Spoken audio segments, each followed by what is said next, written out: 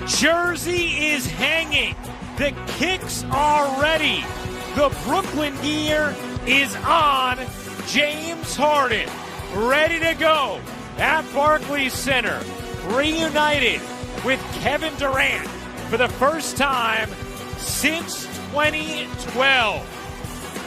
As we welcome you to the Brooklyn Nets pregame show, presented by FanDuel Sportsbook. It's the Nets against the Magic in the debut of James Harden. Hey everybody, Ryan Rucco alongside Michael Grady. Happy to welcome you to Brooklyn and Barclays Center. Richard Jefferson joins us from his home in Los Angeles. It is official. James Harden is a Net, and he will start tonight for Brooklyn. So what do the Nets get when it comes to James Harden? Well, they get a lot. The 2018 NBA MVP, the scoring champ each of the last 3 seasons, 7 times All-NBA, an 8-time All-Star, 25.2 career points per game, 6th in the NBA since the merger. Richard, what does James Harden bring to the Brooklyn Nets? James Harden brings pretty much everything that you can imagine. You're talking about one of the best scorers of this generation that is in the prime of his career. Yes, he wasn't able to take Houston to the promised land, but it was not for a lack of production.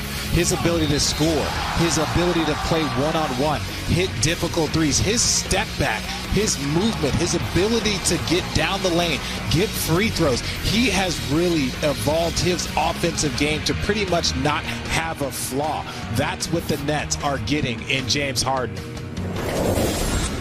Well, Nets fans are certainly excited to see James in action in a Nets uniform tonight. And, Michael, you were the man who got to talk to James one-on-one this week. That was great. You know, this is a treat for Nets fans. This is amazing for the organization. But this is huge for James Harden. You went through all the accolades and things that he's accomplished in his career. 8-time All-Star. He has been a 3-time scoring champion, MVP. He's led the league in assists. I mean, the guy has done it all but win an NBA championship. And he not only wanted, he insisted, he demanded that he pursue that NBA championship with the Brooklyn Nets. I had the opportunity to have a one-on-one with him yesterday. Well, James, first things first, describe your emotions when you found out the deal to Brooklyn had finally gone through. Man, I was excited just for the opportunity. Obviously playing, in New York is just unbelievable. And then just, reuniting with KD, having a chance to play with Kyrie Irving, coaching staff, the players on the team, a fresh start. It's just exciting, and I'm really excited to be here. What will this transition be like for you as you get, acquainted with the system, how guys play, and getting a rhythm with the guys out there on the floor? Hopefully it's pretty smooth. I pretty much know the offense and defensively the schemes and what we're trying to accomplish.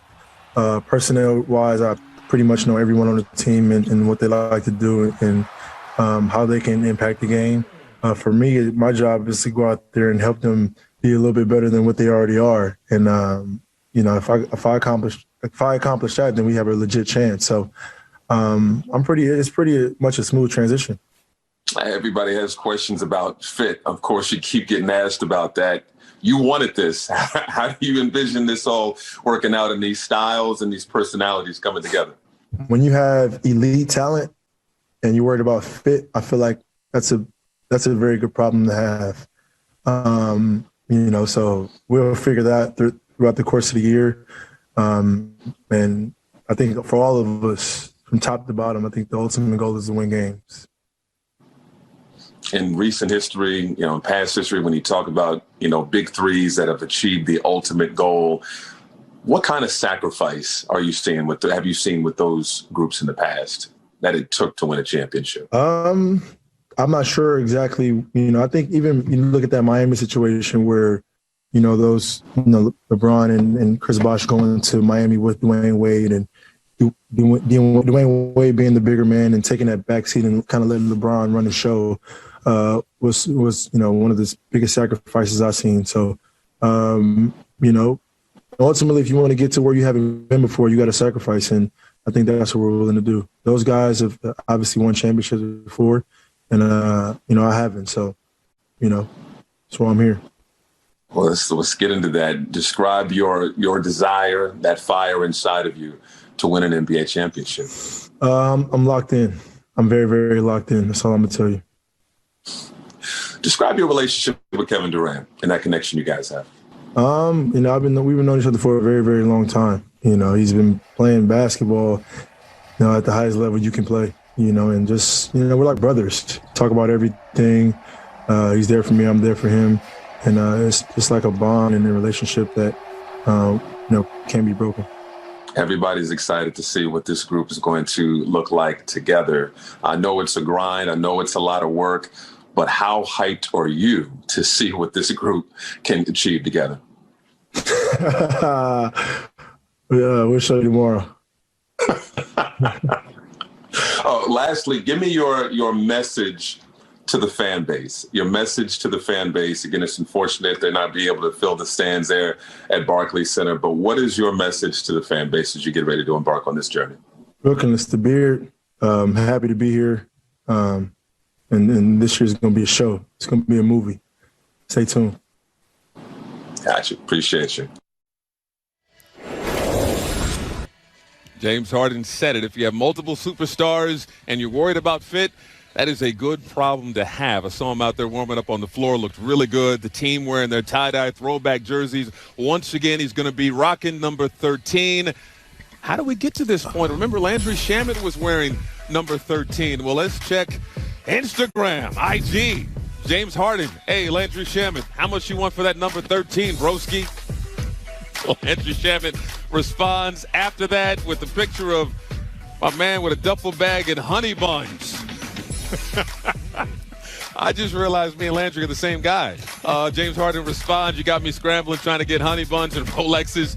Mike can get you cupcakes and an Apple Watch by the morning. To which Landry Shamet laughed at that. But look, it all worked out. It all worked out. James Harden will be wearing number 13 as we've grown accustomed to seeing him wear. Landry Shamet will be rocking number 20. He goes from 13 to 20. And also Reggie Perry, the rookie, he was wearing number 14. He's not even involved in all this. He just decided to change his number.